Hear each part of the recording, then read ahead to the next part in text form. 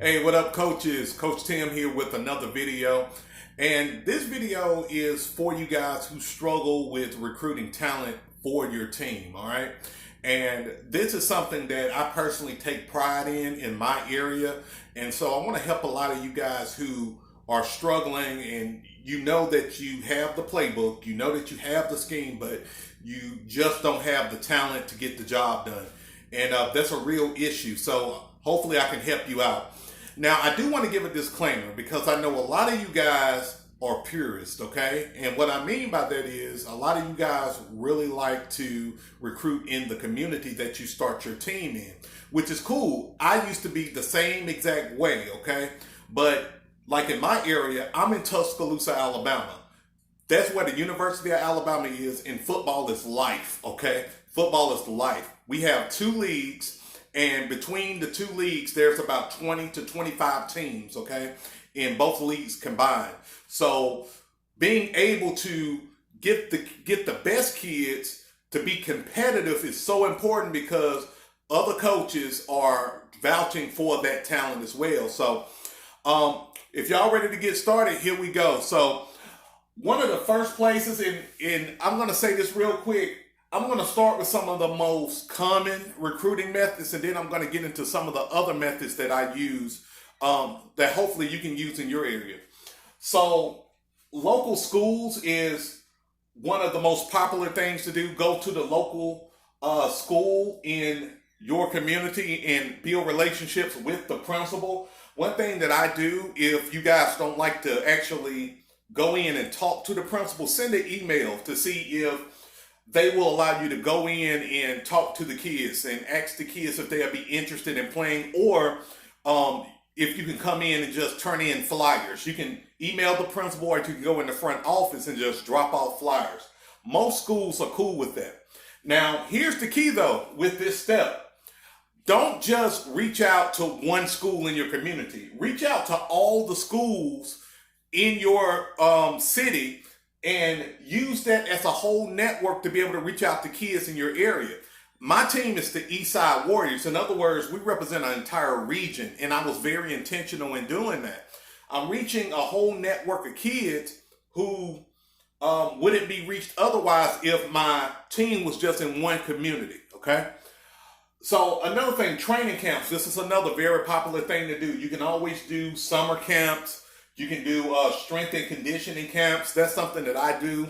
I personally don't like doing like a 2 or 3 day camp, right? Just to get a lot of kids to come. I like to do a lot of strength and conditioning and build relationships with the kids throughout the summer, or about 5 weeks out before the season starts. So that's what I do. Now, social media and media itself is huge, guys. You'll be surprised that news outlets will let you come in and talk about your football team or the different things that you're doing in the community.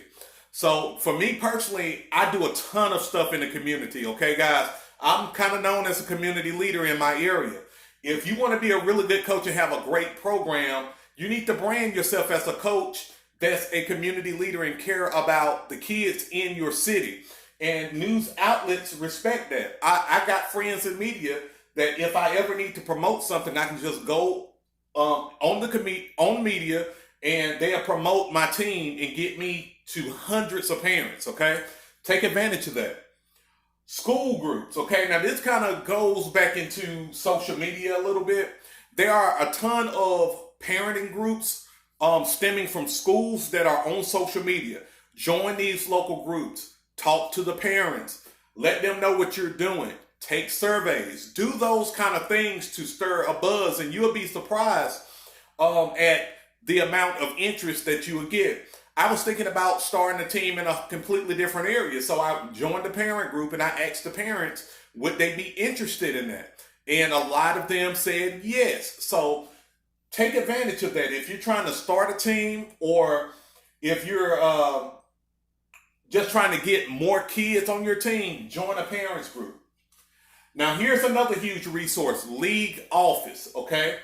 If you let the league office know that, hey, I have resources for kids who may need help, or if there are any kids that's looking for a team to play on, Can you send them to my team?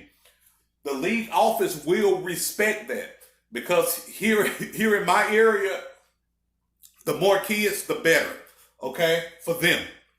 So if you're willing to give resources to these kids, they'll help you out and send kids your way. They sent 3 my way last year, and one of them turned out to be one of the best players I've ever had, okay? Another thing before I move on, with the league office, of course, you know your league, so abide by the rules of the league, okay? So that's also a very important thing. All right, number 6, Community Fun Day, okay? Guys, a cheat sheet to having a great program is doing a lot of community stuff, okay? Do cookouts, do fun days for the kids.